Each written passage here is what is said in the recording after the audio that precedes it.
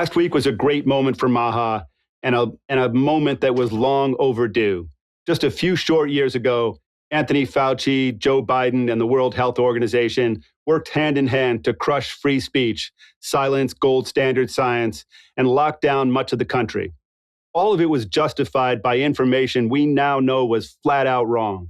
And Americans were told not to question, not to debate, not to trust their own eyes or their instincts or their doctors or their knowledge of their own family. But we kept on questioning. And that's what we're continuing to do now, because that's what real science is. Today, MAHA stands vindicated. The United States officially finalized its withdrawal from the corrupt World Health Organization, ending a disproportionate financial burden on U.S. taxpayers and restoring public health sovereignty to an administration that was elected with a clear mandate to make America healthy. This is a promises kept moment and a decisive break from a global bureaucracy that proved itself unaccountable and ultimately just beyond repair. So let's be clear. This is not America retreating from global leadership. It's America reclaiming that leadership. Secretary of State Marco Rubio and HHS Secretary Robert F. Kennedy Jr., they announced that the U.S. will now lead global health through direct, results-driven partnerships with individual nations focused on outcomes, transparency, and real public health improvements. This is just common sense public health. Cooperation without coercion, science without censorship, and accountability to all the people in the United States.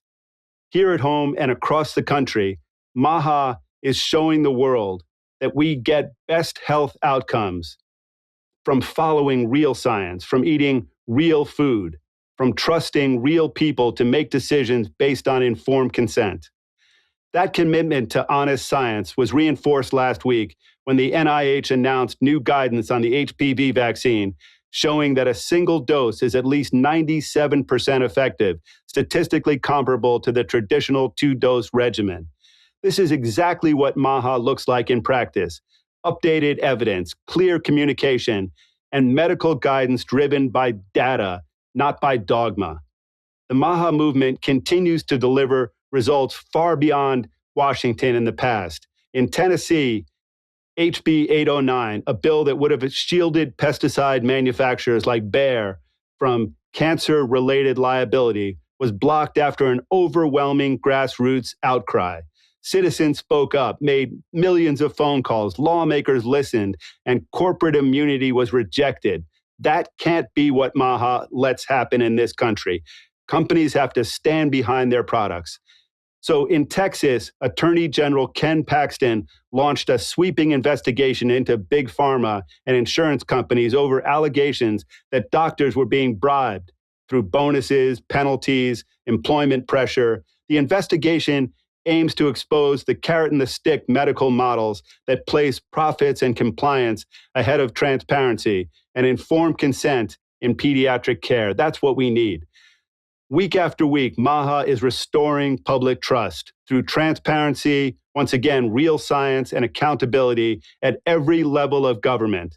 There's still so much work to do, but we've made incredible progress, and the direction is clear, and the momentum is really undeniable, and the results are going to be real and constant and progressive. On today's show, we'll be joined by people who are helping to drive this transformation of healthcare in America. Dr. Patrick Soon-Shiong, who hasn't been on our show before, will talk about the incredible progress that he's made with next-generation immunotherapies that activate the immune system to fight cancer and other infectious diseases. Jillian Michaels will talk about the updated nutritional guidelines and her new Fox documentary. Charles Eisenstein will share his thoughts on the role of MAHA in the spiritual healing of our country. We'll also be joined by people who've been on before, Dr. Daniel Pompa, Dr. Eric Berg, Jess Kramer from the EPA, and Jim O'Neill, Deputy Secretary of HHS, and then, one of our favorites, Stephanie Spear, actually my favorite, Stephanie Spear, Secretary Kennedy's Deputy Chief of Staff, will update us on what HHS has been up to lately. So first up, I'm here live with Gary Brecka, who's one of MAHA's greatest champions, just done an incredible job backing all the things that we care about. So glad to be here with him today. I'm really inspired by some of the guests that are going to be on here today. I wanted to just talk about a personal testimony and my witness to folks that have actually had. Now, first of all, I'm not a physician. I'm not licensed to practice medicine. I'm not qualified to give medical advice, but I can tell you what I've seen with my own eyes in these natural killer cell vaccine programs and what's called dendritic cell vaccine programs, and using the body's own immune system to turn on cancer like a termite. And I could give you dozens of stories of personal clients of mine that have had these natural killer cell treatments through either Baylor University or other programs, one called Immunotherapy.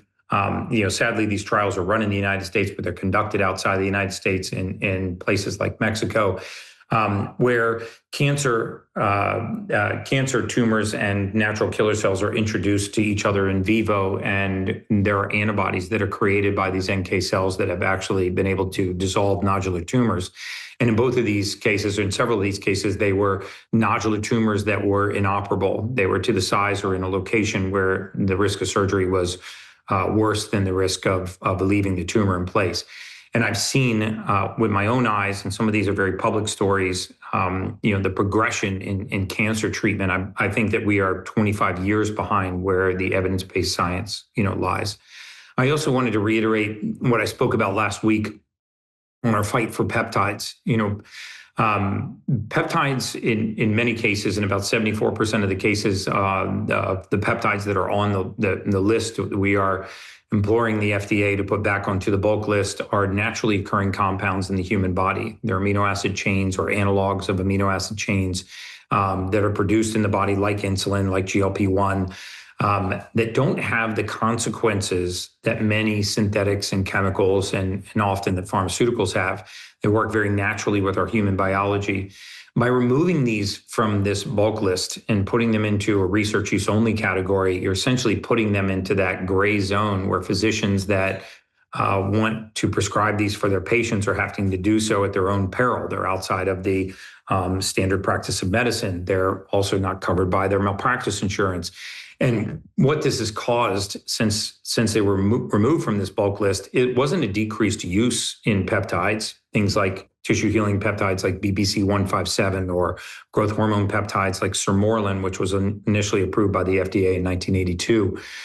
What it's done is it's caused these peptides to be flooded from places like China, India, Indonesia, where when you test these compounds, as we've done on several cases, I'm going to make these test results available to everyone as soon as this white paper comes out. What we found is a lot of these are just rice flour and sometimes trace heavy metals. They contain no peptides at all.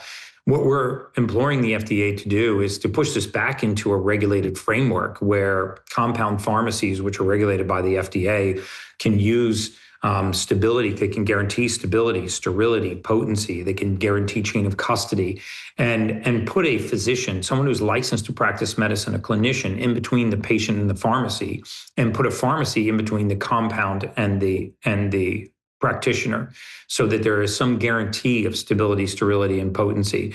A lot of what are used against the peptide argument are injuries that occurred from peptides that were imported under these nutritional acts, and they were not actually compounded by licensed pharmacies, but yet that brush paints the industry very, very broadly. And I know a lot of people that are on this call have benefited from peptides. Your loved ones have benefited from peptides. I'm certainly not making a case that you get on peptides if you're not. I am making a case that someone who is licensed to practice medicine should have the right to prescribe these for their patients if they feel that it's in their patient's best interest. And we should be able to trust the origin of these peptides and their stability, their sterility, and their potency, so they can be as effective as they've been for the last decade. So there will be a white paper that we're going to circulate middle of next week that will have some of the biggest names in academia, not names like myself, highly qualified names. These will be MDs, PhDs, researchers that are very familiar with the evidence-based science, that are familiar with gold standard science. And I would implore you to read this white paper. It's very short, it's very concise, it cites all of the research. It's only about 5 pages long. It will have more than 800 cited references and really help us get the message out to the public that we're on the precipice of potentially widening the lanes for these compounds that have been so effective for so many people. And I can't believe that I got my time right down to 10 seconds. So I will yield that back. But thank you for your time, Tony. Yeah, thanks so much, Gary. And so many good points there that, it's hard to know where we get our information from. And so many people who come out and they say bad things on things like peptides or on compound pharmacies, those messages, those stories are coming from people who want to attack MAHA, who want to, who disagree with the kind of progress that we believe is so important in this country. So, we have to all be, cognizant of that there often is a deeper story. And that when we hear something is dangerous, it might just mean that it's a danger to a big corporation's profits, to a big pharmaceutical company's profits. And it might actually be something that's so important for the American public to have access to. So thanks so much, Gary. Next up, we have Dr. Eric Berg. He's done just incredible work for the MAHA movement. He's known as the Knowledge Doctor, and he's earned that title by, getting through to something like 40 million followers.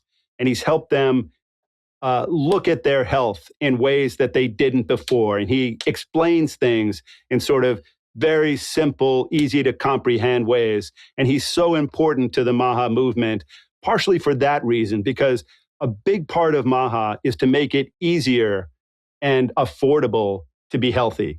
So we need people to understand the things that they can do and the steps that they can take. So thanks a lot, Dr. Berg, for all the incredible things you've been doing. I wanted to touch on, what I had to do in my house. I had to spend a lot of money for a filter to pull out a chemical out of the water called fluoride. And so I want to touch on a recent EPA announcement of the first series about a reevaluation of fluoride in our drinking water for over 40 years. It's in the city water. If you don't have a filter for your shower or your house, you're getting exposed to it. It really affects your skin. It makes your skin very irritated, but it does a lot more damaging things too. So here's something that most Americans don't realize. The fluoride added to the water is not a natural mineral. It's not like calcium fluoride.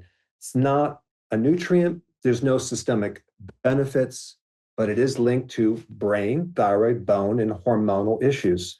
It's basically a toxic industrial byproduct of phosphate fertilizer manufacturing captured from smokestacks and sold to the water systems. I mean, it's just like crazy. So it gets accumulated in the bone. It accumulates in your pineal gland. Fluoride typically only works topically on teeth, and this is why we have it in toothpaste, right? But you don't swallow or eat your toothpaste, but we swallow it in the drinking water, and it has absolutely no benefits once the teeth has been formed.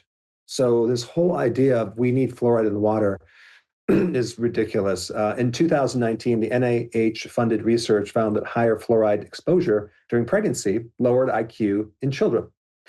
Since then, the National Toxicology Program included that fluoride is a neurotoxic thing at common experience exposure levels, especially for developing brains. And there's no established safety threshold during pregnancy as well.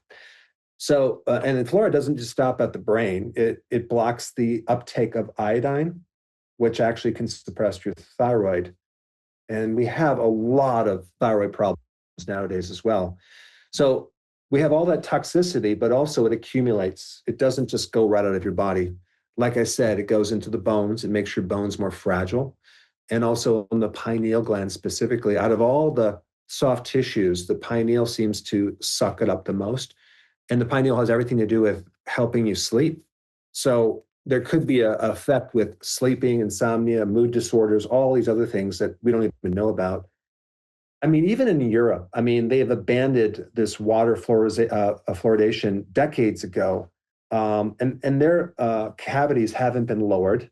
So you get cavities by eating sugar and starches, not by the lacking fluoride. So the real question is, does fluoride prevent cavities? It's why are we swallowing this stuff in the first place? So I'm excited that they're reevaluating this, and I think it's going to be very important to get it out of our water supply because it's unnecessary. I think our health is going to improve. Over to you, Tony. Yeah, thanks so much, Dr. Berg. And it really is fascinating that we've focused for so many years on the things that will, potentially make up for all the other things that we're doing. So we talk about putting fluoride in water to make up for the fact that everybody in America is downing just pounds and pounds of sugar every day, mostly children. So, and then the idea that we're doing that to make up for that, this thing that's just terrible for children. And then we find out that the remedy is also terrible for children, maybe even worse, maybe scrambling their brains even worse. So, if it's not the dyes or the sugar or the chemicals, then it's the water, it's the glyphosate in the water. So there is so much work to be done. And it's great that you're focused on it. It's great that HHS is really focused on it now. And, our next speaker is Jess Kramer from the EPA, and they have made it very clear that they're focused on fluoride and, making it so that at the very least, municipalities, cities don't have to use fluoride if they, want to choose not to. So, but she can tell you more, where they are there. So Jess Kramer, is President Trump's pick for the assistant administrator to the EPA's Office of Water in Trump's EPA. And, we've had her on here before. She's, obviously doing really great work. She brings real hands-on experience, from years of working in this space. And we're just so happy to have her on the show and to continue our partnership with the EPA. Thanks so much, Tony. I'm so excited to be back. I apologize here if I have frozen into a very unflattering pose, but I apologize that my voice has given out a little bit, and so bear with me on that front. But I'm so excited to be here today following Dr. Eric Berg talking about fluoride. Happy to give you an overview in a little bit more detail of EPA's recent actions on fluoride. Obviously, making America healthy again is a top priority for Administrator Zeldin and for me. As a mother, it's important to me that every American can rely on their drinking water. And I have a 5-month-old. And so, Dr. Berg, what you were talking about just recently about intake while you're pregnant, all of those things have a special place in my heart simply because I just went through having my second kiddo. And so those things are really important to me. I want to talk about the fact that the Trump EPA is taking public concerns about fluoride very seriously, especially questions about its potential impacts on children, pregnant women, and other sensitive populations. On top of that, we are committed to following gold standard science and using radical transparency as we do so. I talked about those two things the last time I was on the show, and so I'm excited to talk a little bit more about that today. In response to Administrator Zeldin's directive issued last year, EPA has accelerated its review of fluoride years ahead of our next statutorily scheduled deadline to do so. In moving quickly, we are ensuring that EPA's standards under the Act reflect the most current peer-reviewed science. It's important, though, also to clear up, I think, there are a lot of questions about what EPA's role is, especially EPA's role as it relates to regulating fluoride as opposed to making recommendations on adding fluoride to water. So I want to be clear, EPA's authority under the Safe Drinking Water Act allows us to set limits for fluoride and other contaminants in drinking water. The last time we did this for fluoride was in 1986, in which year the agency set the maximum contaminant level, which is the regulatory level, the enforceable limit for fluoride at 4 milligrams per liter. That standard was most recently reviewed by the agency in 2024, but when we came in this administration, we found that review concluded without evaluating a very important set of research that was most up to date on the impacts of fluoride on public health as it relates to drinking water. Again, I want to be clear that we don't make the recommendations. EPA doesn't recommend adding fluoride to drinking water. I like to say we don't make recommendations, we just make regulations here in OW. And so I think it's important to clear up what I think is a little bit of confusion. That recommendation, any recommendation to fluoridate water actually come out of HHS and CDC as opposed to EPA.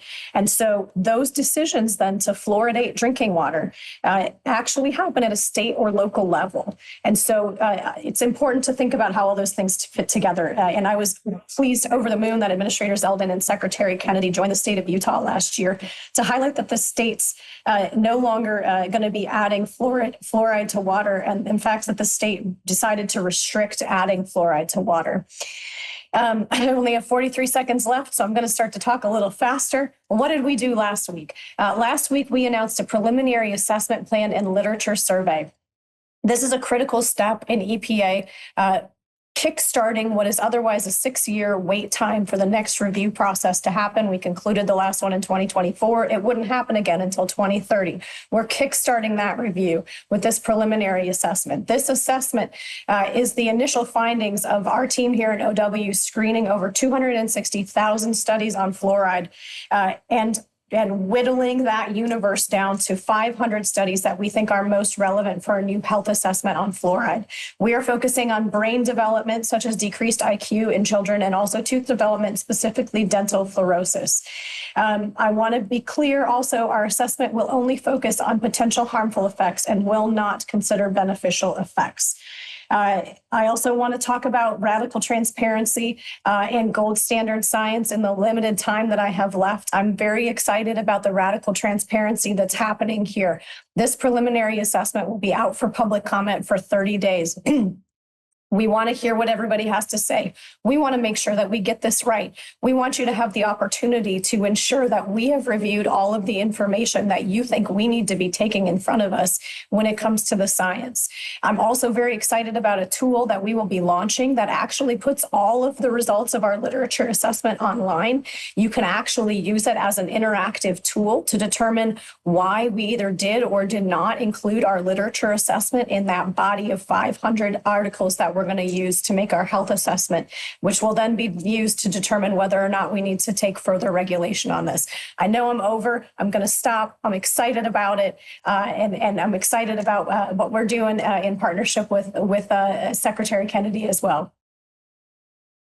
Thanks so much, Jess. And it was so brave of you to come on with a sore throat and get so much out and get so much in and in the heads of thousands of people who are tuned into this. And, I just want to make it clear that we have a MAHA president now. We have a MAHA head of the EPA now, Lee Zeldin. You are clearly MAHA.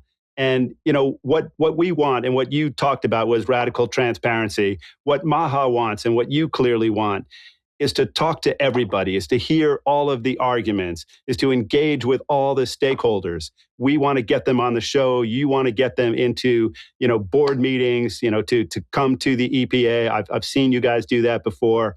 This is the most open, transparent government in these areas that we've ever seen. And I think everybody should take good advantage of that, not attack the government, but try to really find ways to work with the government to get the very best possible health outcomes. So thanks so much for coming on again, and hope you heal quickly. Thank you.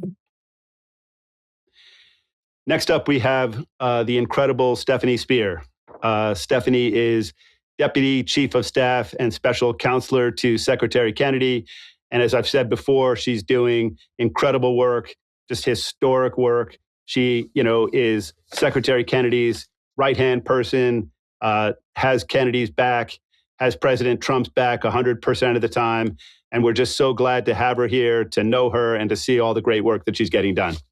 Thank you, Tony. Gosh, your introduction to me always make me feel really good. I appreciate you.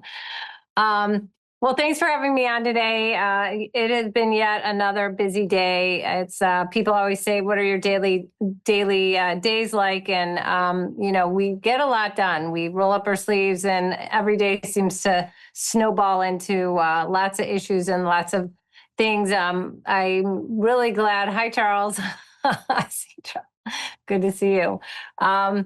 I'm thrilled that Jess came on. Jess and I have been trying to get a meeting together for quite a while. So to follow her is an honor. And, we especially appreciate our efforts with other agencies like EPA and USDA. We definitely couldn't get this work done without cooperation and partnership with the other agencies. USDA was vital, obviously, in working together to unveil our new dietary guidelines, which has had just a resounding impact already. We're working to implement the dietary guidelines now, but it's just been fantastic to see the response from everyone, from everyday Americans, from kids, and from health agencies all over, just touting the simple message, the common sense message of eat real food. So very excited about all that. Many of you may know we kicked off our Take Back Your Health tour last week. We went to Pennsylvania and we were in the State House. And hopefully everybody saw and has shared the wonderful speech the Secretary Kennedy gave on the steps inside the rotunda. He shared just the excitement about our dietary guidelines and everything that we're doing, including MFN, most favored nation, drug pricing. We're lowering drug costs for every American. We also afterward went to Kreider Farm, a dairy farm in Lancaster, Pennsylvania, and got to meet, firsthand with the farmers there. We got to see a baby calf that had just been born 30 minutes before we arrived, and really seeing firsthand the family farmer and the impact that it can have on human health and on the local community. So that was, really spectacular. We just posted yesterday a video on Secretary Kennedy's X account that talks about our tour to Kreider Farm. I hope everybody has seen that.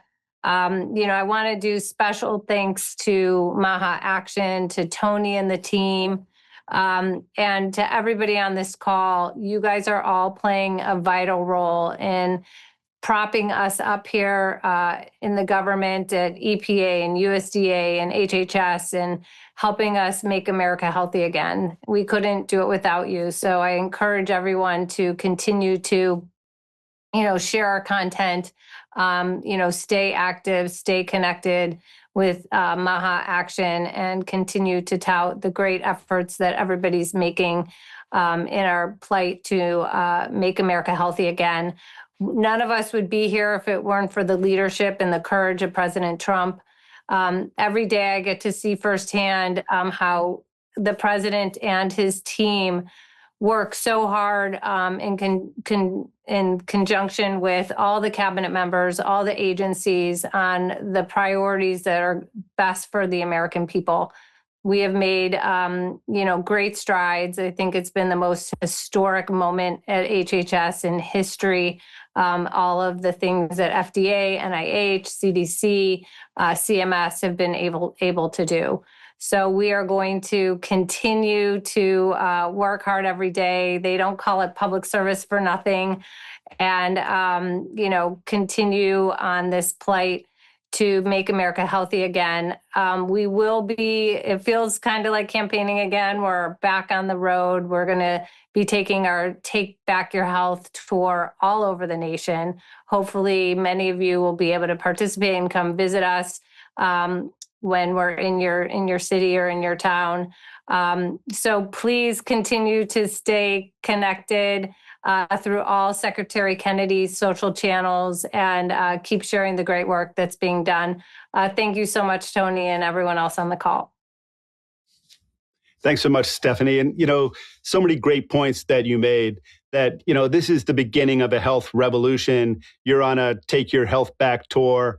And that's a part of this revolution that, people having access to healthier food, people having the knowledge to determine what healthy food is, people, really being in a position where they can fight for themselves, where, like Bobby Kennedy has said many times now, they can become CEOs of their own body. They can have maximum choice. They can make good decisions, and that we can make this country really healthy once again.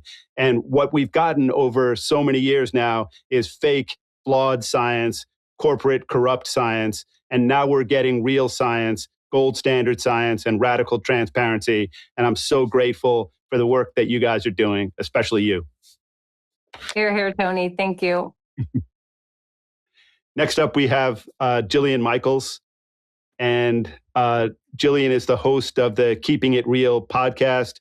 She is a world-renowned fitness trainer, best-selling author, and a certified nutrition consultant. In her new Fox Nation documentary, Toxic, she really goes into the food crisis in America and takes a hard look at farming and, the entire system that has led to the incredibly bad health outcomes, and then to think about what's possible to turn that around. So thank you so much, Jillian, for all the work that you're doing and the great things that you're producing. Oh, thanks, guys. Thanks for having me. I want to take a second to just shout out all of, or a large amount, I don't even think I can track all of the MAHA accomplishments thus far, but the vaccine schedule overhaul. No one thought that was going to get done. I was so impressed. The war on toxic ingredients, the reevaluation of the grass rule, Operation Stork looking at baby formula, the Trump RX announcement. Probably the one I'm most excited about is a toss-up between no sex changes for minors, which is so long overdue. And I think those of us who really understand what has gone on with this narrative is it is a big pharma narrative. It is a multi-billion-dollar industry. And while I think people who are for sex changes for minors are well-intentioned, they also have not looked at things like the CAS review or the WPATH files. And this is such a monumental step towards protecting vulnerable kids who can then make these big life-altering choices when they are of age and they can process the decisions that they're making, and their body is not going to be as vulnerable to what are literally off-label cancer drugs. That is just staggering, and the fact that it hasn't really had a ping in the mainstream media has been pretty mind-boggling to me. I'm incredibly impressed and excited about that. The food pyramid overhaul, I'm actually working on a book right now, looking at the ways in which what I call the catastrophic quartet of big ag, big food, big pharma, and big insurance have captured our government from every single layer, whether it's truth capture, economic capture. And when you have the food pyramid, it's a subsidy flow that was captured to the tune of about $600 billion, which is one of the things that made it so difficult for the average American to have access to healthy food and to make healthy food affordable. This is such a big deal, and people just think it's like a graphic that's in their kids' elementary school. So for those of us that appreciate how impactful changing the food pyramid is, very, very grateful for the work that's being done. A few things that I do want to kind of put on the radar here that I think will need to be addressed. The situation with gray market pets, I think that something is going to need to be done here. We're seeing people being forced into the gray market because they can't get these things from real compounding pharmacies and then dosing themselves. I see it all the time. I get phone calls regularly for people who've bought GLP-1s online or MOTS-C or BPC 157 and literally medicating themselves through stuff they got on the gray market because an actual doctor is not able to get it from an actual compounding pharmacy. And this is a problem. And I think just blocking research peptides isn't going to do the trick because people are getting them from China. They're getting them from Austria. I've been guilty of getting cerebral lysin from Russia. I think something here needs to be done. And I would simply encourage MAHA. You've been doing such an incredible job at cleaning up the mess that's been made, but there is some looking forward towards the future I think needs to be done and pretty quickly before somebody manages to get themselves significantly hurt. And that's really all I'm going to say about that one, but really want to make sure that's on the radar, because I'm sure Gary is probably going to be able to speak to that one if he chooses to better than I am, but I see it very regularly all the time. And just, again, thanks to the team at MAHA for contributing to the documentary Toxic on Fox Nation, and for all the hard work you guys are doing. You're crushing it. You've exceeded my expectations, and I appreciate it. Thanks so much, Jillian. And it's such an important message that, we are at war on toxic food and big ag, big food, big pharma, this corporate capture that was able to actually turn a reasonable food pyramid upside down so that everybody thought that eating toxic foods, that eating things that were just so demonstrably bad for you were actually doing something good. And their government was telling them that because they were getting bribed by these big corporations. So, this is the time when we can turn that around. It's the opportunity of a generation. And I'm so glad to be part of that. And, when it comes to things like peptides, I've said it before, but I would like to really, come back to it time after time, that big pharma doesn't want the public to be able to get the right dosage for themselves, be able to get cutting edge peptides, be able to get all of these new kinds of products that are possible, because they just want the one size fits all system where it's just a gravy train for them. And they're going to fight tooth and nail, and they're going to get articles published, and they're going to attack you and attack Gary Brecka and attack all the compounders. But we know what's really going on. And that's part of the reason for this show, that we're going to highlight it so that the rest of the world does too. Thanks so much. So anyway, thanks so much for coming on. Next up, we have the great Charles Eisenstein. And he is a speaker, a writer, a philosopher. He's known for his books on cultural questions, on economics, all kinds of things. But just an incredibly wise man, a philosophical man, and somebody who's just an important part of the MAHA movement. We're glad to have him fighting with us, and I'm thrilled to have you on the show. Well, thank you, Tony. Really happy to be here again and to see some familiar faces, and to, I guess, I feel kind of like celebrating. It's been a year now, hasn't it, more or less, that Bobby Kennedy has been in office at HHS, and maybe I was a little bit cynical at the beginning about how much he'd really be able to get done with himself and a handful of political appointees in an institution with a $2 trillion budget and tens of thousands of career staff.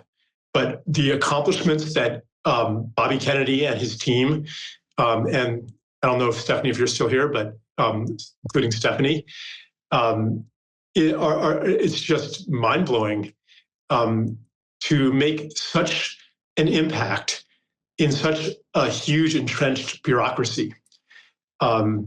And Jillian mentioned some of the accomplishments. I would add to it the stopping research into gain of function, the new research going into to really try to get down to the bottom of the autism question, what's really causing autism, and the changing the vaccine schedule, the food, the real food initiative. These are not only significant for their immediate impact, but they are loosening the vice grip of entrenched interests, especially the big pharmaceutical companies, but also agribusiness and chemical companies. Although I don't want to, here's the thing. When we speak of Make America Healthy Again, yes, we're talking about physical health, but we're also talking about social health and political health. And I think it's a mistake to write anybody off. We need to understand that there are good people within every institution. And I think that the accomplishments of Bobby Kennedy in his first year, in part, are because there are lots of good people in HHS, lots of good career people who were chafing at the corruption and the distortion of science for so many decades. So that's one thing I want to bring up. Like, so even the chemical companies, even the agricultural companies, and those who we might be skeptical of in maybe EPA or USDA, who somebody is not a fixed quantity. People become the product of their relationships. This is true in personal life, and it's true in political life too. So one of the relationships that I want to just mention here is the relationship between the MAHA movement and these elected officials, and the career officials also in places like HHS. We have a tremendous impact that can shift people who the cynical part of ourselves would want to write off and say, well, they were a chemical industry lobbyist or something like that. If we're going to hold people in who they have been, then this country is never going to emerge from the intense divisiveness that we're still working our way through right now. And I think that MAHA, we didn't start, like, I don't know, many of us have entered the MAHA movement through various paths. For me, well, okay, I've been a lifelong anti-vaxxer, vaccine skeptic, let's say. But my entree into this movement came as Bobby Kennedy's speechwriter, and working on the campaign leadership team. And originally our campaign wasn't just about health, as you know. It was about healing on a national level. But health is especially important to that because it's something that unites everybody on a deep level. Like, we all are embodied beings. And if there are toxins in the environment, in the air, in the water, in the soil, in the food, it affects everybody, whether they are a Democrat or a Republican. As Bobby says, there are no Democratic babies or Republican babies. So MAHA started out as a unity movement, if you trace it back to the Kennedy campaign, and we can continue to be a unity movement. We can continue through our relations with elected officials, with politicians of both parties, with the career bureaucrats. We can bring them into a unified national vision of health. And so I want to just really emphasize that in this time of, if you read the news and you're on social media all the time, it looks like this country is more divided than ever. But is it really? Or is it only if you focus on certain divisive issues that it looks divided? What about the latent unity that comes from basic shared human values? And among them, of course, is health. So, I'll end with that. And just one real quick thing also, just to pick up on the peptides issue. This is also one of the longer term benefits of loosening the vice grip of these entrenched interests. 1,000 flowers will bloom, including everything we have called alternative that cannot thrive in the corporate-controlled, profit-based model. So we are at the brink of a new era here, only 1 year in, and really looking forward to seeing how it accelerates going forward. Charles, that was really great, and there's so much there that I just love. The idea that we can't write anybody off. That we don't want to look at what's wrong with people or the things that people have done in the past. What we want to think about is what's possible for the future. And you said that so well. You want to add something to it? Yeah, I mean, if I were going to write off everybody who's done foolish things in the past, I would write myself off first. So yeah, let's be generous with each other, and give people the benefit of the doubt and give them the opportunity to prove their sincerity. Yeah. Yeah, and that's the thing, is that what's possible for the future. Like, it really doesn't matter what anybody's done, what any big corporation has done. Even if the corporation exists to make a lot of money, let's try to persuade them to make a lot of money doing things that are good for people rather than doing things that are bad for people. I mean, that's a better business model in the end, because we all know that if you look at all sides of it, it's more expensive to eat unhealthy foods. It's more expensive to live an unhealthy life. It's more expensive to have a life that doesn't have any positive spirituality in it. So that, I think, is a way that we can say, look, make all the money you want, but and let's let MAHA, let's go out there as the MAHA warriors, or maybe not even warriors, because we don't want war. We want peace. We want people to work together to create a better world. Next up, we have the great Jim O'Neill from Health and Human Services and acting director of the CDC. He's been working closely with Dr. Oz to investigate fraud and save precious taxpayer dollars so that we can use those dollars to make Americans more healthy, to make it easier and more affordable to be healthy in this country. So he's been a big part of the incredible changes that have been going on. And we're just so glad to have you on, Jim. Welcome. Thank you, Tony. It's great to see you. It's great to be back with MAHA Action. Lots of great stuff is going on, many of it advancing great core MAHA priorities. I want to start with two big major MAHA priorities where I have some updates. So all of you followed all last year as we cooperated with the Department of Agriculture to build, for the first time, rigorously scientific dietary guidelines for Americans. The updates are that we have launched randomized controlled trials on saturated fats. We're very interested in getting more understanding of metabolism in saturated fats. And it's also important to take this latest nutrition science and propagate it through everywhere that could help people make better decisions. And one of those places is medical care. So many doctors, unfortunately, don't really understand nutrition, and yet patients expect them to rely on the medical advice that they're getting to include nutrition advice.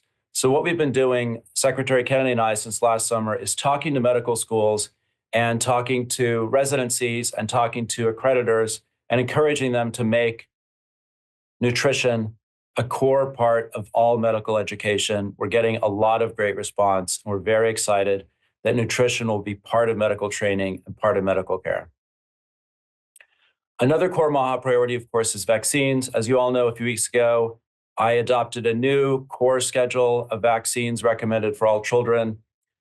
The core consensus is much smaller than the older CDC guidelines. So the update here is that an industry group, the American Academy of Pediatrics, a few days ago announced that they are making their own recommendation, which is the much longer list. And, you know, everyone has the right to make whatever recommendations they want.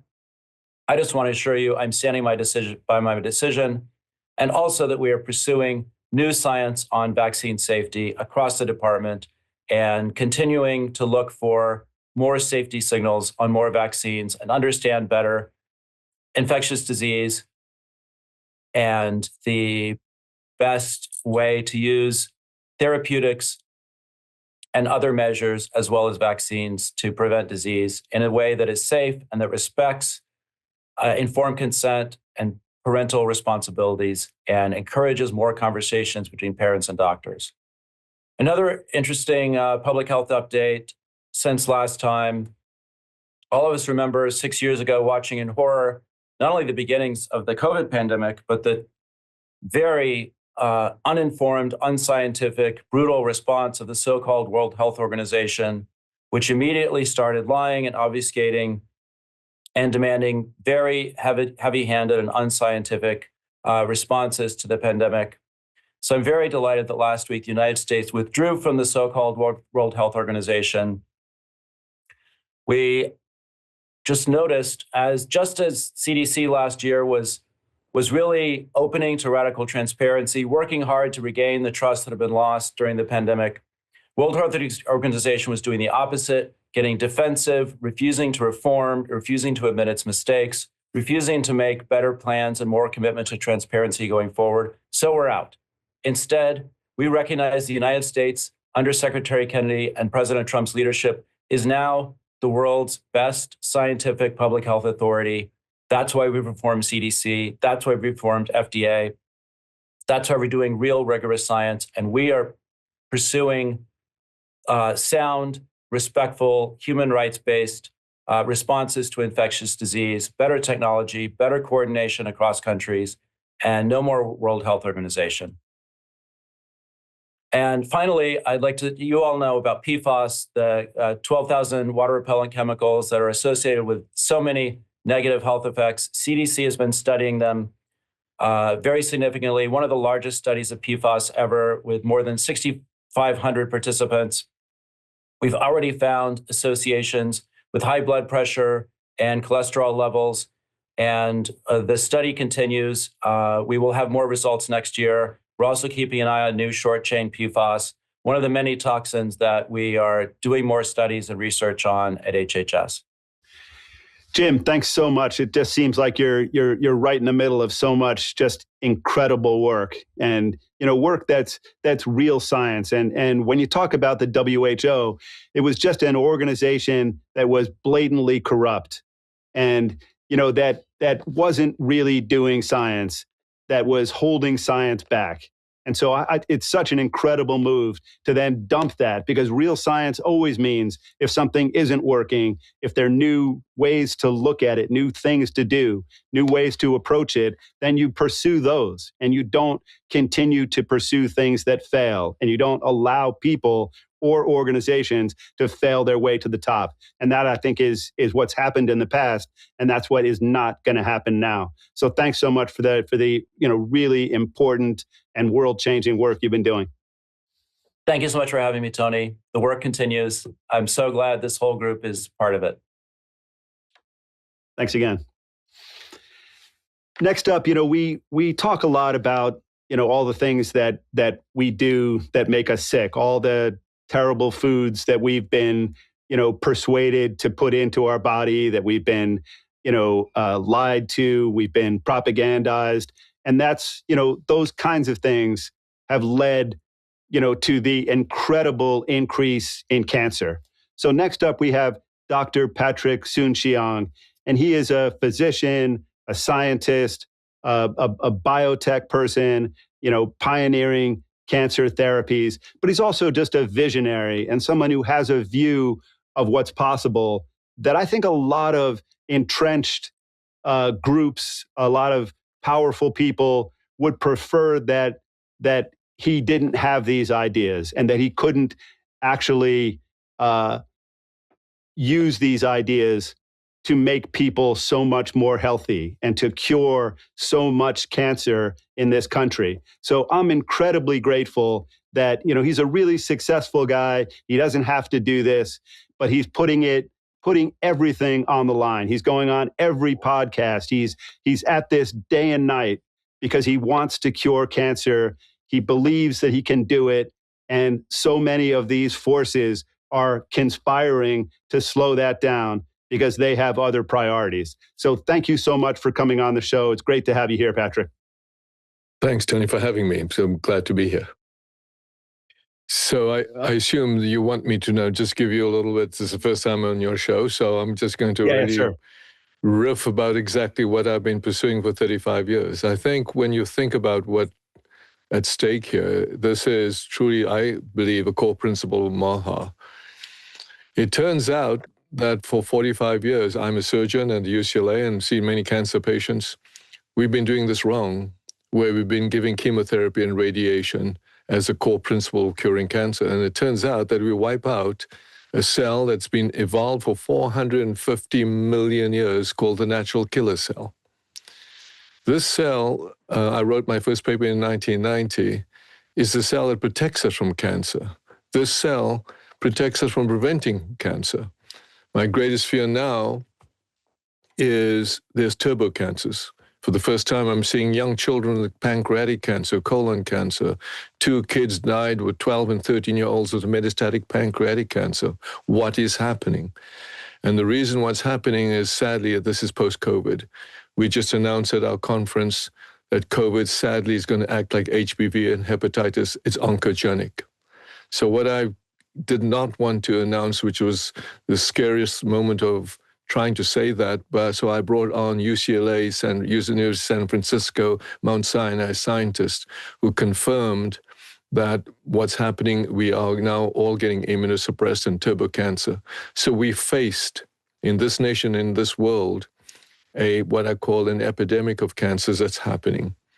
So what's the solution? Thank God for the last 15 to 20 years, I focused my effort on this thing called the natural killer cell. All of us on this room, all of us in this call have this natural killer cell. But once you have an infection or COVID or chemotherapy, radiation, you wipe out these natural killer cells, which makes completely no logic. There's many forces that have many reasons wanting to pursue chemotherapy, high-dose radiation, etc. You can use chemotherapy, can use radiation, but you got to protect the NK cells. So it turns out your body also has not just a peptide, but a thing called a cytokine called IL-15. That has been identified since 2012 by the National Cancer Institute as the most important molecule that could cure cancer. I spent my career, and we now have an FDA-approved IL-15, but just for bladder cancer. So I've been pursuing then separately for patients with glioblastoma, triple-negative breast cancer, head and neck cancer, Merkel cell cancer. And what we're seeing is complete responses. So the opportunity now for us to say to whoever the powers may be, and MAHA is the exact vehicle, you could not make America healthy again unless we try and treat chronic diseases, whether it be HIV, diabetes, and cancer. So what we've done is I had a meeting not only with the regulatory authorities here, since it's already approved, but the Saudi government came and visited us and said, we have 37 million people, the average age is 30 years. We want this for our nation. And they just approved it now in Saudi Arabia. The sad news, I have 13,000 requests now sitting, desperate calls for this treatment. Some of them want to know, can they go to Saudi Arabia? We need to bring this to this country. It's invented here. And this is really what we really mean by America first. I just am about to announce that we're going to create what I call the World Bank of Natural Killer Cells. I can now take your blood and grow billions of natural killer cells, store them forever, and they are ready and activated. God forbid you have an infection or cancer or sepsis. So I'm pleased to come onto this show, Tony, to really speak to your audience. It's a complicated story, but not that complicated. We will be releasing the first book, hopefully in February or March, where we'll have the patients tell their stories. We have patients with metastatic pancreatic cancer that live for 7 years. I treated Senator Reid for years. We have patients who fly in from all over the world, in which we're now treating them with glioblastoma and recurrent glioblastoma, in which we're having now near complete responses. So this is the beginning. We have done randomized clinical trials in lung cancer. We've now tripled the survival in lung cancer, and this is what Saudi Arabia approved. So thank you for giving me the time to at least talk a little bit about our work. Thanks so much, Patrick. And what I always like to come back to is that we have to, as a nation and as people, just always be willing to question authority and, question everything. And it may be that the ways that we've treated cancer in the past, that they're just flat out wrong. That we just got it wrong, as we have so many times in the history of medicine. And it may be that the way that you have developed to treat cancer is just better. It's just better, it's newer, it's wiser, it's more likely to work. And we have to be open to that. And it's always hard for people to be open to the idea that everything that they believed about something could be wrong. And then there are always going to be lots of vested interests for all kinds of reasons, most of them connected to money. But I think it's so important to be open to big ideas. That's at the center, at the heart of what MAHA stands for. And your ideas, these are very, very, very big ideas. And these are ideas that can change real people's lives, cure millions of people from the scourge of cancer that has overtaken this country. So I just think we need to look at this. We need to embrace it. We need to study it, learn from it, and we need to find a way to cure cancer. And I want you to help us get there. And I want to do everything that I can do to make sure that you get the platform and the access that are necessary to make the arguments, and that I believe that those arguments will succeed. And I hope that that's what's going to happen. Thank you, Tony. And just to give you some insight, it's not my idea. This is a God-given cell, 450 million years in evolution. You have it in you. The power is within us. Our body is the factory. We need to just activate the cell, which we can do with one single injection, which is already FDA approved, but just for bladder cancer.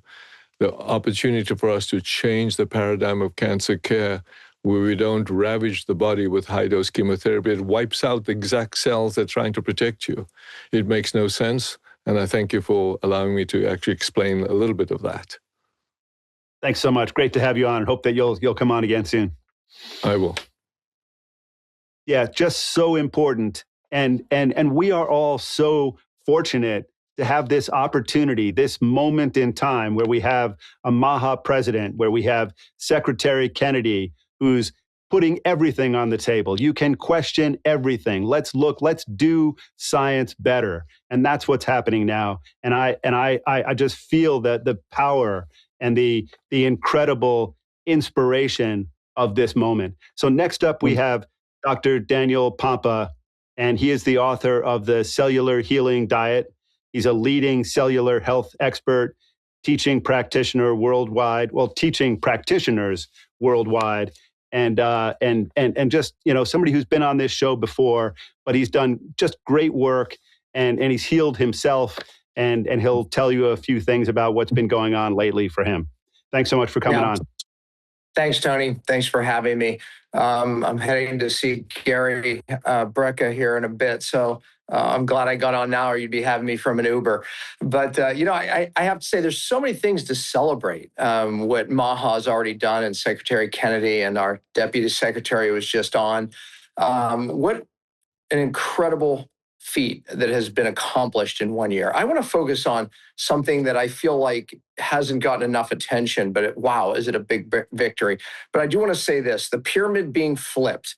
Okay, that's a big deal. And it's not just a big deal because people would say, well, I don't pay attention to that anyway. It's a big deal because it directs how we're feeding kids in schools, even our military. It really directs what happens from the government down. That's a big deal. But I do want to say this, South Park had it figured out 11 years ago. You know that? On South Park, they flipped the pyramid and they said, it's a match. And all these people started getting healthy. So if you haven't seen it, you have to watch it. It's pretty humorous, actually. You'll see an Instagram post from me using that piece from South Park. But Bobby flipped it. And, after South Park. But, the House appropriations bill, what a victory this is, where Big Chemical was able to hide behind, I believe it was Section 453, where it literally, like vaccine companies, keeps them from being sued, right? So therefore, they can keep products on the market going. I mean, how many wins did Bobby have with glyphosate, showing that this is a cancer causer and disrupts the gut, the brain, and yet it's still being sold. Oh, all the other companies all the other countries are banning it, except here in the U.S. I want to focus on this victory from shutting that down, where they can hide and not really have to worry about their product or the injuries from it, because that was it. It protected them from being sued from the injuries. The same thing that's protected Big Pharma from being sued against vaccines all the way back in 1986. So I think Bobby's going to move that too. And I pray that he does, because everything starts there. If we can change that protection, then we can change everything else that happens. But here's what I want everyone to hear. Bobby said this a few weeks ago, I believe, that it's not a gluten problem to why so many people are gluten sensitive and have gut issues. This is a chemical problem. And if we could just pick on one, and this bill shuts many of these chemicals down, or I should say this, it will in the future. But glyphosate, which we know opens up the gut barrier and allows the protein, gluten, and many others, by the way, to cross right over the gut. As a matter of fact, you may not even have what we call leaky gut or a specific health condition, autoimmune condition of the gut, and this still can affect you. Studies have been done showing that if you eat food with glyphosate, it can affect something called zonulin, open up the gut, and undigested proteins go into the bloodstream, which then the body starts to make antibodies against those proteins. You wonder why we're seeing this massive rise in mast cell activation, food allergies, everyone running from gluten, everyone running from oxalates, lectins, plant toxins. Hold on a second. I'm 60 years old. We ate the same wheat. Oh, I know it was hybridized and changed, but it was the same wheat that, different than what was eating in Europe, but we grew up on it. It's the chemical. Because where were all the gluten problems when I was a kid? Many of you were. Where were they? There weren't any. So what's changed? Well, I'll tell you what's changed. The glyphosate went like this in the 90s, straight up in the 2000s, and entered not just all the gut problems that we're seeing. If it were only so easy just to change people's diet for them, their guts to get better, take probiotics. See, it's not happening, right? If it was only so easy to change people's diet to even get them to lose weight, see, that's not happening either. And when you go into countries like Europe and Italy, where glyphosate's been banned, you see a lot different people, don't you? Yeah, you don't see as many fat people there. But see, it's not about the carbohydrates, although we should probably eat less in the processed food. See, it's not that simple. It's the chemicals that our food in this country is carrying into our children and us that's driving the epidemic of gut problems. I would argue thyroid conditions, hormone resistance, weight loss resistance, all the conditions that we're seeing, the brain fog. This is a chemical issue.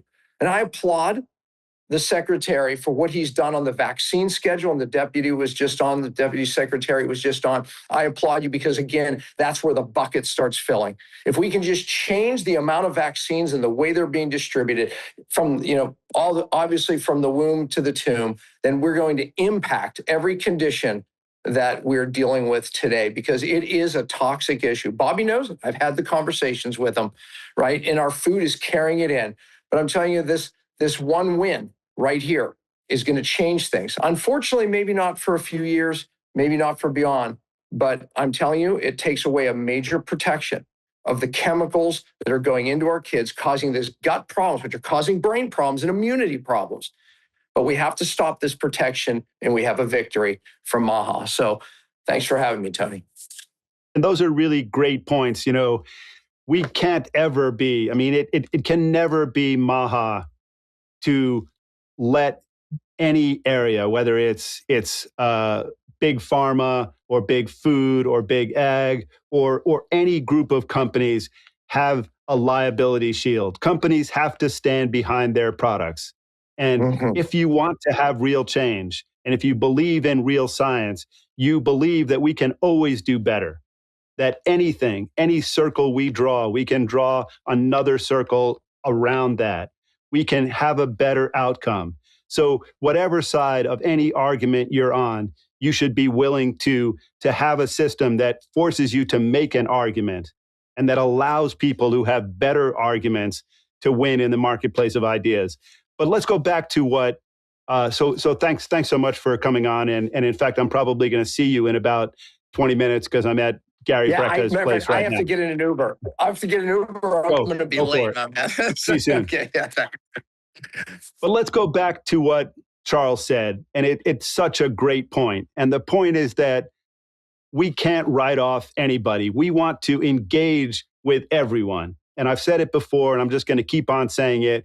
We want to talk to everyone. We want to hear all of the ideas from all the different stakeholders. We want to engage with all the companies that are out there, with big food companies, big ag companies, pesticide companies, everyone, because we want to believe in real science. We want to get to the best outcomes. And we believe that nothing is really cut and dry, and that everything has to be discussed, and that we should engage with everybody to get the best health outcomes. So, that sort of, openness to real change, real food, real new ideas. That's what this is all about. Next up, we have Russell Brand. He is open to ideas more than anybody who I can imagine. And his mind works faster. He thinks more clearly, loses me some of the time, is wiser, is more poetic than anybody in the MAHA movement. So welcome once again. And I just look forward to hearing what you have to say. Well, thanks, Tony. Thanks very much for that. I was thinking, how's this segue ever going to land? And how come you're meeting some of the other guests for like coffees and stuff? That seems a little bit unfair. You're going off with old Daniel. Because you told me you were going to New York. If you'd stayed in Florida, or if you told me if you're still in Florida, I would have called you and we would have met for coffee. Thank you. All right, fair enough. It's as often is the case, it's my responsibility. I've got to remember that. I keep looking outside of myself to condemn other entities for things that are my responsibility. I was meant to come to New York to go on Megyn Kelly. I'm looking forward to getting on there, but I'm probably going to wait till we're sort of promoting the book I'm doing, in fact, with you, Tony. But I was very interested about what you said about remaining open-hearted and open-minded and in dialogue with people that perhaps, I reckon there's a lot of people on this call. I know there are because, I've come to the events and I hang out with people that are sort of long-time activists. I'm thinking in particular of the sort of MAHA mums and the people that got out ahead. And in a sense, the people that, I'm going to say, midwifed Secretary Kennedy into the radicalism that seemed that it would leave him forever in the wilderness, had it not been for the sort of set of extraordinary miracles that began with him running as an independent candidate for the president, via the earlobe of Donald Trump, ended up with him becoming the secretary of the HHS. Those people, sometimes I wonder, and I feel it particularly in DC, and I feel it myself too, sometimes I can't help but feel that, that list, that litany you gave there, Tony, the people that are making pesticides, the people that are running Walmart, the people that are running big tech organizations. Sometimes I guess I reach for the sort of reductive simplicity of thinking of them in terms of enmity, of us thinking, look, man, we ain't got time to persuade Google, Alphabet, or the deep state nefarious forces behind media manipulation, your 77th Brigade, your logically AIs, the groups that de-amplify important and true messaging that during the COVID pandemic, for example, hysterically condemned as peddlers of misinformation many people that we now know are truth tellers. And one of the great victories of the MAHA coalition is that we now have in office people that were regarded as crackpots and lunatics such a short time ago. Excuse me, that was just briefly my phone ran out of battery. I'm on the edge of running out of battery, both the phone and me personally. But your message of reconciliation and open-heartedness is an important one. The brilliant American comedian Dave Chappelle sort of talked about the reconciliatory period in South Africa after the release of the activist become president Nelson Mandela. Chappelle said there was a period of reconciliation rather than vengeance. And I suppose too the handling of the fall of the Cold War is an example of that.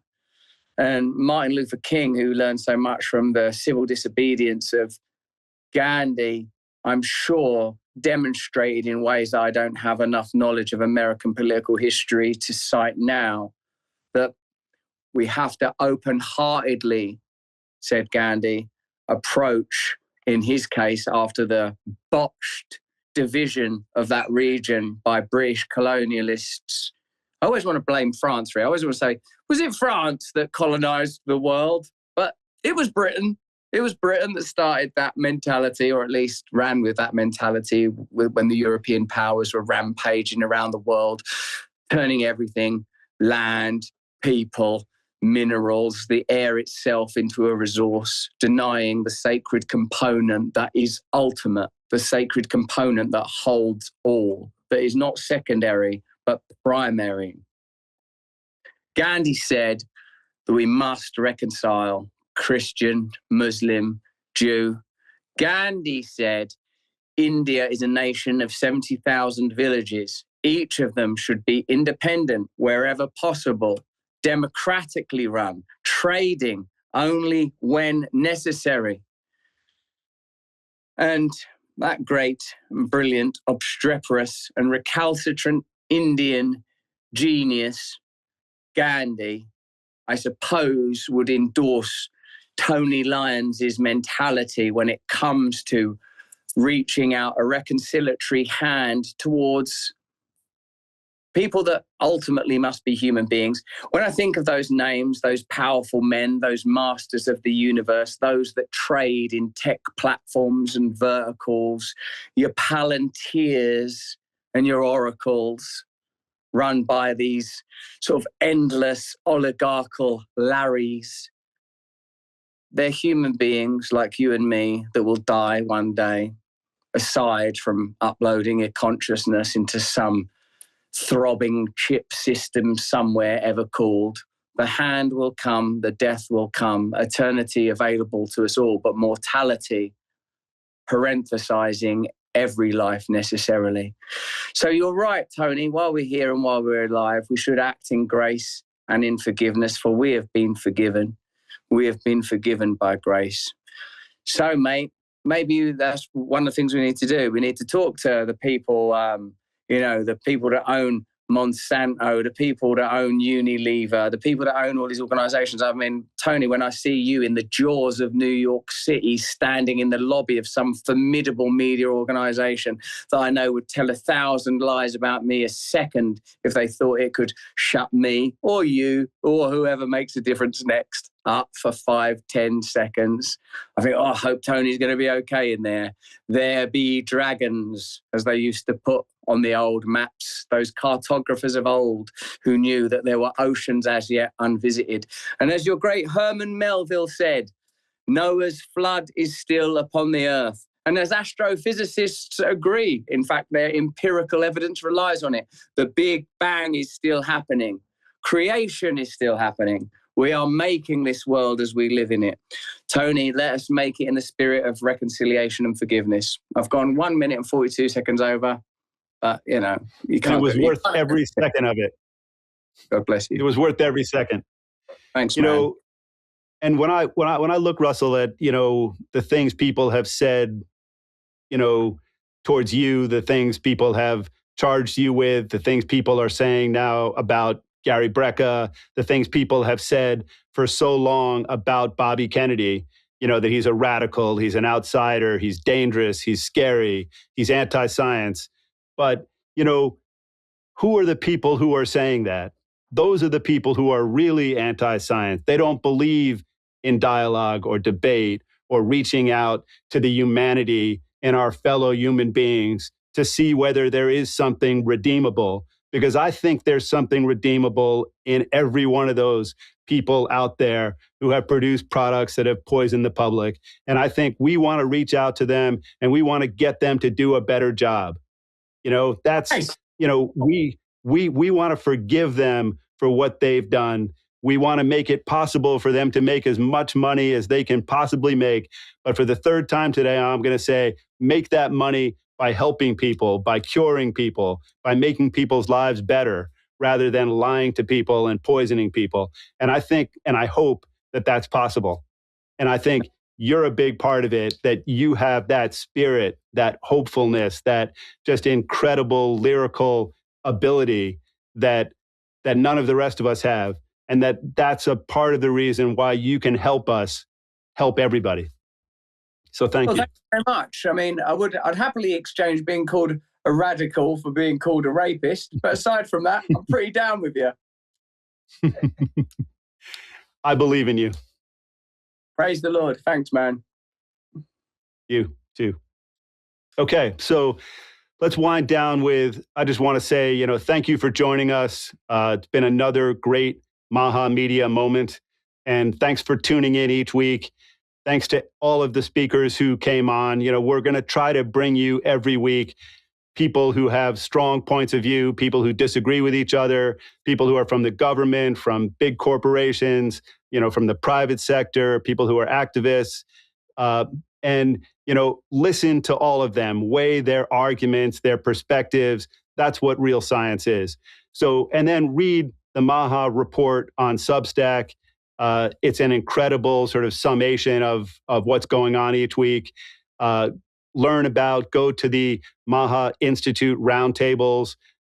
Each year, we're going to have the historic MAHA Summit that's going to bring together all kinds of powerful stakeholders, politicians, the owners, the top people at big corporations. Read the legislative tracker, because the midterms are just so incredibly vital to the future of this country and the opportunity for President Trump and Secretary Kennedy to get the job done, to really be to let President Trump be the MAHA president, and then come to our parties, get on our mailing list, help us in this battle. Read our books, follow all of the influencers that you see on this show. We can have power. We can have incredible power, and we can use that power to change the world. And we're going to harness every bit of the power we have. We're going to engage with every cabinet member, every member of government who will talk to us, every big corporation who wants to send their people in to discuss things with us. What we care about is having better health outcomes. And so, in that quest, we want to be a really powerful source for the Trump administration going into the midterms. I just want to keep on saying that. The midterms are so important. People in this country overwhelmingly want the administration to fight to make Americans healthy. And they know that hasn't happened in the past.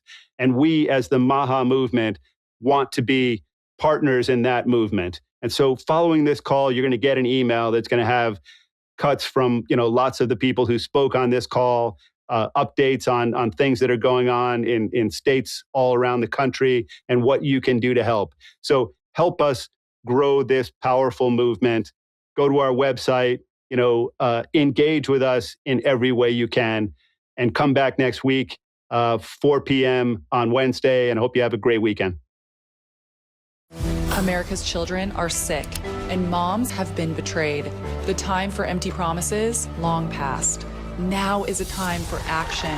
MAHA is the most powerful force of collective action in generations. The grassroots power of moms and activists has created an army of health warriors with more reach than all mainstream media combined. Together, we can end the chronic disease epidemic. MAHA's influence is reaching millions. It's reaching Congress. And that energy, these chain reactions, are working. How about Operation Stork Speed? Dozens of food companies removing toxic ingredients. I plan to lead by example. MAHA is now. We're talking about how to change the culture. The American people want America healthy again. It is a renaissance moment in health in America. For health, freedom, and the truth. Join us at MAHA Action.